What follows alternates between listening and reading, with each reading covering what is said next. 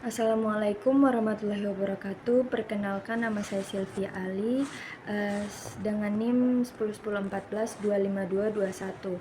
Saya dari kelas L semester 2. Di sini saya akan menjelaskan analisis putusan perkara perbuatan melawan hukum dan wan prestasi.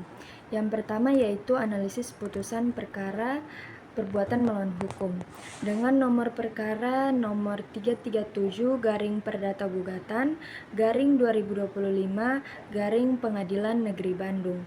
Penggugatnya yaitu Ati Jevianti, tergugat 1 yaitu Koperasi Konsumen Mitra Binajaya Berdikari, dan tergugat 2-nya yaitu KPKNL Bandung. Nah, kasus ini bermula dari adanya hubungan hukum berupa perjanjian kredit antara penggugat dan tergugat. Nah, pada tanggal 30 Oktober 2024, penggugat Ati Jevianti meminjam uang sebesar 550 juta kepada tergugat 1 yaitu Koperasi Konsumen Mitra Binajaya Berdikari dengan jangka waktu 3 bulan serta menyerahkan sertifikat hak milik sebagai jaminannya.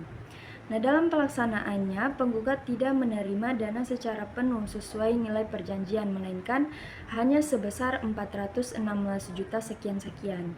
Nah, pada awalnya penggugat sempat melakukan pembayaran sebagian, tetapi selanjutnya penggugat mengalami kesulitan keuangan sehingga tidak mampu memenuhi kewajiban pembayaran. Penggugat hanya sempat melakukan pembayaran sebesar 30 juta rupiah. Karena keterlambatan, pihak koperasi menagih sisa kewajiban penggugat beserta bunganya mencapai 971 juta 264 rupiah. Nah, penggugat kemudian mengajukan permohonan perpanjangan waktu pelunasan kepada tergugat 1. Namun menurut penggugat, permintaan tersebut tidak mendapat tanggapan yang baik. Nah, karena utang dianggap tidak dibayar, maka tergugat 1 yaitu Koperasi Mitra Binajaya Berdikari mengajukan permohonan pelelangan yang dijadikan jaminan melalui tergugat 2 yaitu KPKNL Bandung. Nah, tergugat 1 juga melakukan tindakan penandaan terhadap rumah milik penggugat yang menunjukkan bahwa objek tersebut berada dalam pengawasan kreditur. Nah, dan rumah tersebut kemudian dijadwalkan dilelang pada 27 Oktober 2025. Terus penggugat merasa keberatan atas tindakan tersebut, termasuk terhadap nilai lelang yang dianggap tidak sesuai dengan nilai objek yang sebenarnya. Nah, atas dasar tersebut, penggugat merasa dirugikan dan menganggap tindakan para tergugat sebagai perbuatan melawan hukum. Oleh karena itu, penggugat mengajukan gugatan ke Pengadilan Negeri Bandung dengan dasar perbuatan melawan hukum berdasarkan pasal 1365 KUH Perdata. Selanjutnya yaitu hubungan hukum para pihak dalam perkara ini berasal dari perjanjian kredit di mana penggugat sebagai debitur wajib melunasi utang dan tergugat 1 sebagai kreditur berhak menagih serta mengeksekusi jaminan, sementara tergugat 2 melaksanakan lelang atas objek jaminan. Nah, peristiwa yang menyebabkan sengketa ini bermula dari adanya perjanjian kredit antara penggugat dan tergugat 1 dengan jaminan sertifikat hak milik. Karena penggugat tidak mampu melunasi utangnya, tergugat 1 melakukan penagihan dan mengajukan lelang melalui tergugat 2 serta melakukan penandaan pada objek jaminan. Penggugat keberatan atas tindakan tersebut, khususnya terkait prosedur dan nilai lelang, sehingga merasa dirugikan dan mengajukan gugatan ke pengadilan. Selanjutnya yaitu petitum dari perkara ini, yaitu yang pertama mengabulkan gugatan penggugat untuk seluruhnya. Yang kedua, Hakim juga menyatakan perbuatan tergugat 1 dan tergugat 2 sebagai perbuatan melawan hukum.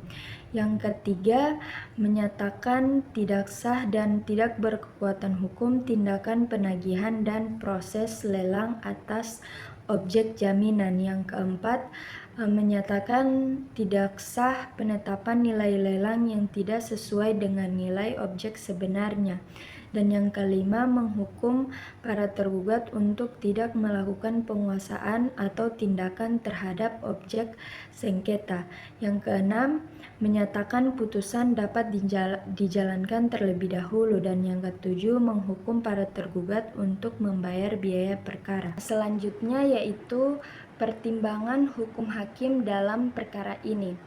Nah, dalam pelaksanaan perjanjian tersebut, penggugat terbukti tidak dapat memenuhi kewajiban pembayaran utangnya. Keadaan ini menunjukkan adanya kelalaian atau awan prestasi.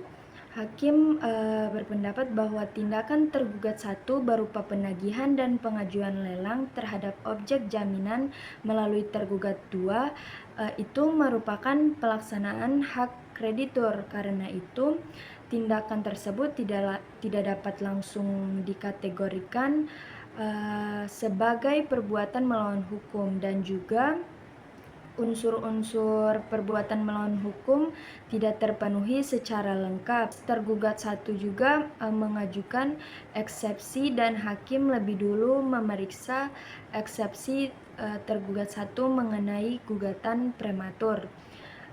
Hakim menilai objek jaminan itu memang telah diajukan ke lelang. Namun lelang tanggal 27 Oktober 2025 itu tidak laku terjual. Karena tidak laku, maka belum ada penyerahan objek kepada pemenang lelang. Artinya proses lelang belum selesai secara hukum.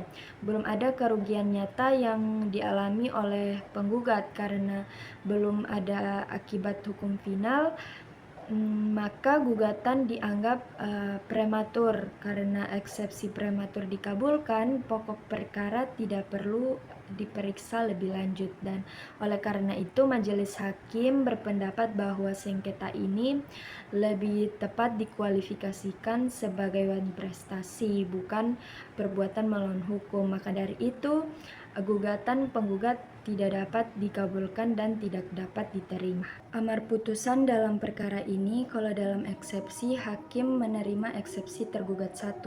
Kalau dalam pokok perkara, hakim menyatakan gugatan penggugat tidak dapat diterima dan menghukum para tergugat membayar biaya perkara sebesar 370.000. Ya, selanjutnya analisis saya terhadap putusan ini. Jadi menurut saya putusan hakim cukup tepat. Gugatan PMH harus didasarkan pada adanya tindakan melawan hukum dan kerugian nyata.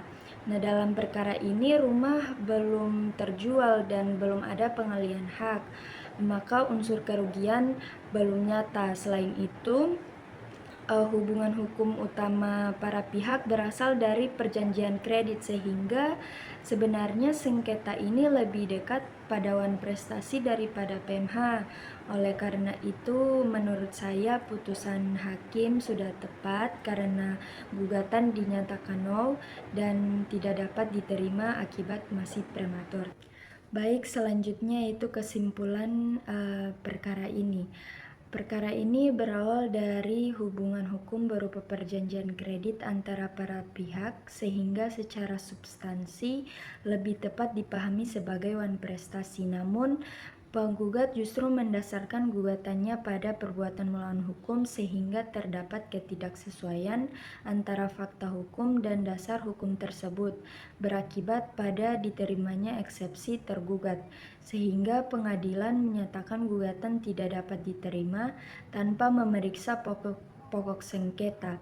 Oleh karena itu, perkara ini menunjukkan bahwa ketelitian dalam merumuskan dasar gugatan sangat menentukan kelanjutan pemeriksaan perkara di pengadilan serta berpengaruh langsung terhadap hasil akhir putusan.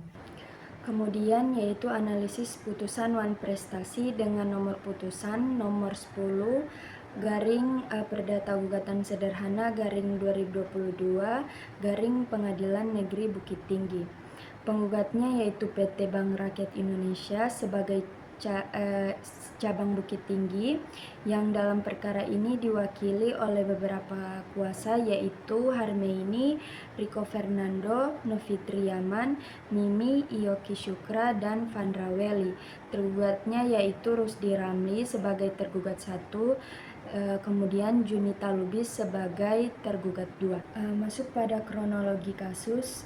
Jadi perkara ini bermula dari adanya hubungan hukum berupa perjanjian pinjam-meminjam atau kredit antara penggugat dan para tergugat.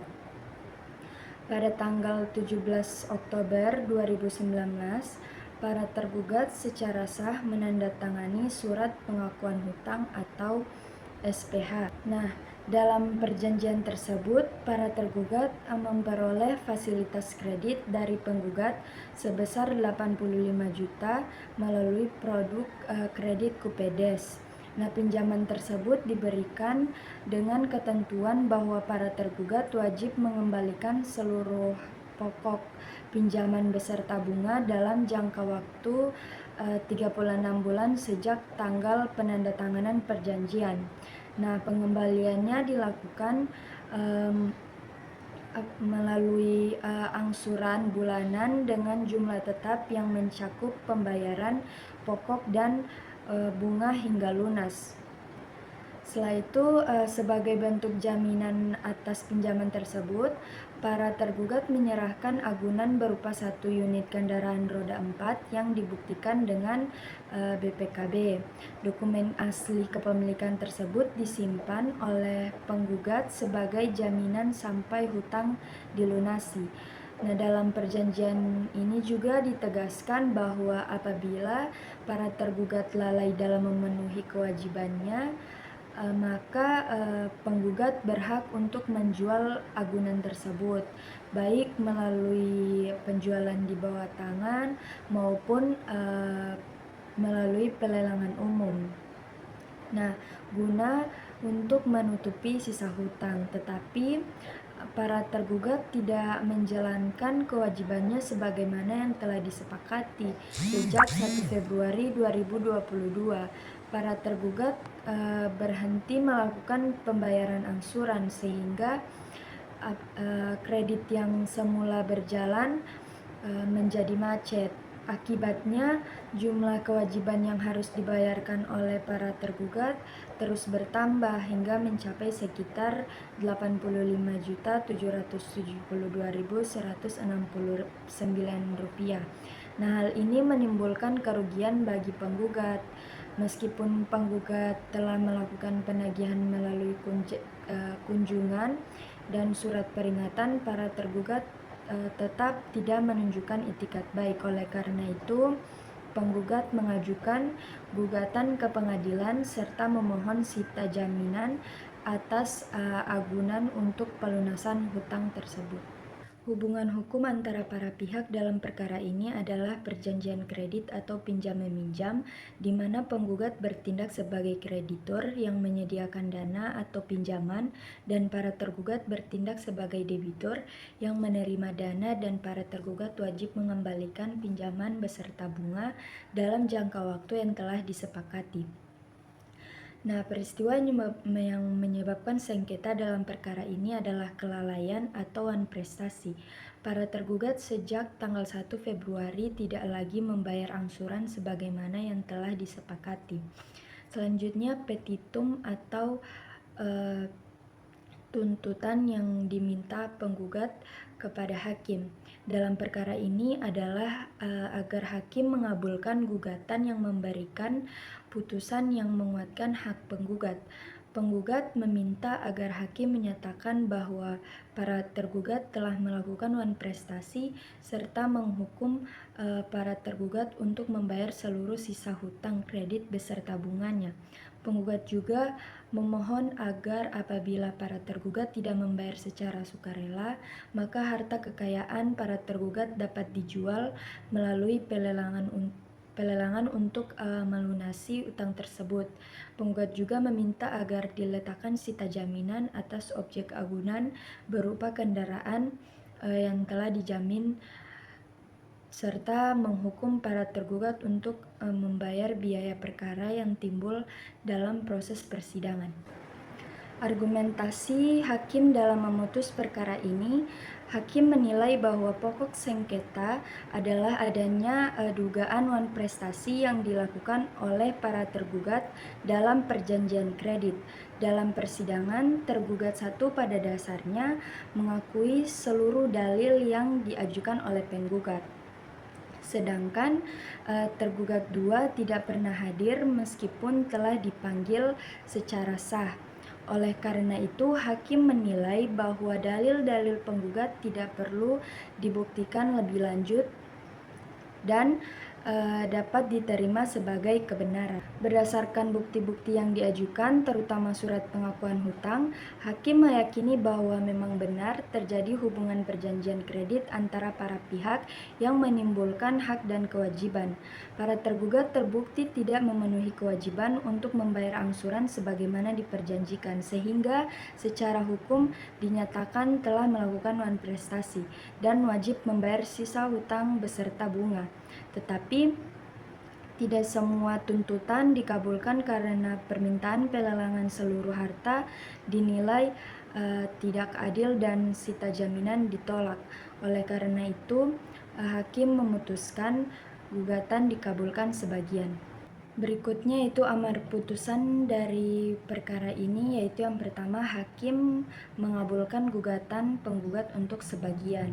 Yang kedua, menyatakan para tergugat telah melakukan wan prestasi, dan yang ketiga, menghukum para tergugat membayar sisa pinjaman sebesar Rp85.772.169 kepada penggugat. Yang keempat, menghukum para tergugat membayar biaya perkara sebesar Rp454.000. Analisis saya terhadap putusan ini, menurut saya putusan ini sudah tepat karena memberikan perlindungan hukum kepada bank sebagai kreditur ketika debitur lalai dalam memenuhi kewajibannya. Hakim benar menyatakan para tergugat melakukan wan prestasi karena unsur perjanjian, kewajiban membayar, kelalaian, dan kerugian telah terbukti melalui bukti administrasi kredit.